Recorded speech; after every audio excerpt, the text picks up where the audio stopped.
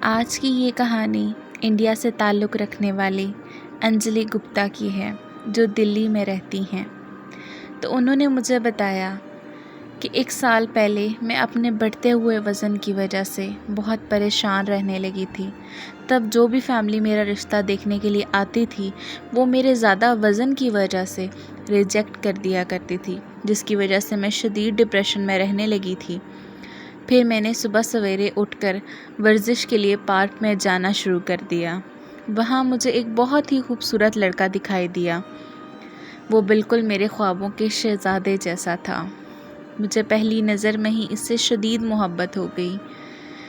میں اس سے بات کرنے کا سوچ ہی رہی تھی کہ وہ میرے پاس آیا اور مسکراتے ہوئے مجھے کہنے لگا، آپ کو پہلے کبھی یہاں دیکھا نہیں۔ میں اس ٹائم اتنی نروس تھی کہ مجھ سے بات ہی نہیں ہو پائی۔ پھر وہ مسکراتا ہوا وہاں سے چلا گیا۔ میں سارا دن ساری رات اسی کے بارے میں سوچتی رہتی تھی۔ اگلی صبح جب میں پھر سے پارک گئی تو اس نے وہی سوال پوچھا۔ میں نے اسے ہاں کہا اور پھر ہماری بات چیت شروع ہو گئی۔ ہم روز پارک میں ملنے لگے اور گھنٹوں باتیں کرنے لگے۔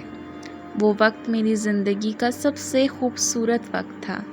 میں اس سے اپنی محبت کا اظہار کرنا چاہتی تھی، لیکن ڈر لگتا تھا کہ کہیں وہ انکار نہ کر دے۔ ایک دن میں نے بہت ہمت جٹائی اور میں نے اسے پرپوز کر دیا۔ پھر وہی ہوا جس کا ڈر تھا۔ وہ وہاں سے چپ چاپ چلا گیا اور دوبارہ کبھی مڑ کر نہیں آیا۔ میں روز گھنٹوں پارک میں بیٹھی اس کا انتظار کرنے لگی۔ میں نے آس پاس کے لوگوں سے بھی پتہ کیا، لیکن وہ کہیں نہیں ملا۔ میں دن بدن اس کے انتظار میں ذہنی بیمار ہونے لگی اور اس حد تک ڈپریشن میں چلی گئی کہ مجھے پینک اٹیک ہونے لگا۔ تب مجھے میرے گھر والے ایک سائیکائٹرسٹ کے پاس لے کر گئے اور مجھے اینٹی ڈپریشن دوائیاں دینے لگے۔ جب مجھے میڈیسن سے کوئی فرق نہیں پڑا تو ایک سائیکائٹرسٹ نے مجھے کچھ ایسا بتایا جو میرے لیے تسلیم کرنا ناممکن تھا۔ اس نے مجھے بتایا کہ تم ڈلزن ڈس آرڈر نامی ایک دماغی بیماری میں مبتلا ہو۔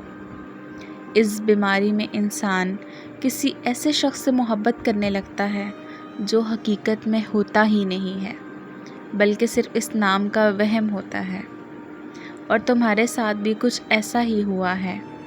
تم بار بار ریجیکٹ ہونے کی وجہ سے اینٹی ڈپریشن میں چلی گئی، تمہیں ڈلزن ڈس آرڈر جیسی بیماری میں مبتلا ہو گئی اور تمہیں تمہارے خوابوں کا شہزادہ حقیقت میں دکھائی دینے لگا، جبکہ وہ صرف تمہارا وہم تھا۔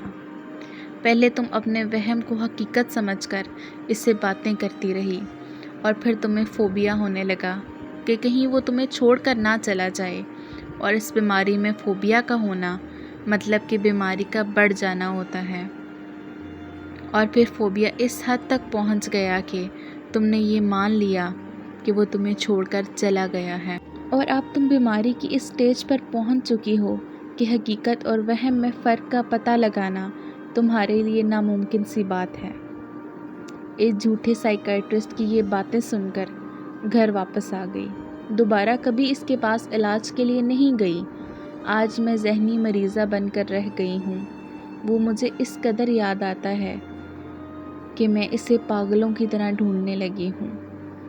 میں اس کا بڑی شدت سے انتظار کرتی ہوں، جس سے میں نے محبت کی، جس کو میں نے اپنی زندگی مانا۔ اس کے بارے میں یہ کیسے مان لوں کہ وہ حقیقت نہیں بلکہ میرا وہم تھا؟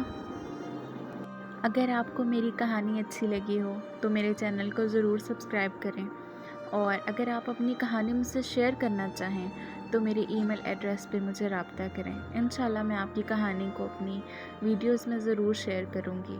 Thank you so very much.